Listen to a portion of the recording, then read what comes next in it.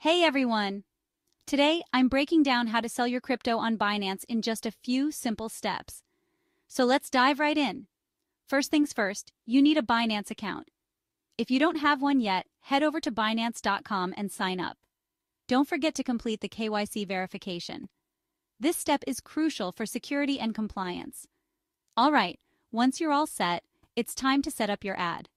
Navigate to the P2P section on Binance. Here you'll choose your preferred payment method, currency, and the amount of Bitcoin you want to sell. It's that simple. Next, place your order. Binance connects you with buyers who meet your criteria. You'll see a list of potential buyers to choose from. Pick one and click Sell. Now this is important. Confirm the payment. Once the buyer sends the payment, double-check your account to make sure the funds are received.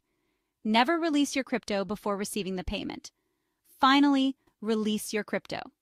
Once you've confirmed the payment, click Release to transfer the Bitcoin to the buyer. Binance holds the crypto in escrow until you confirm, so it's safe and secure. And there you have it.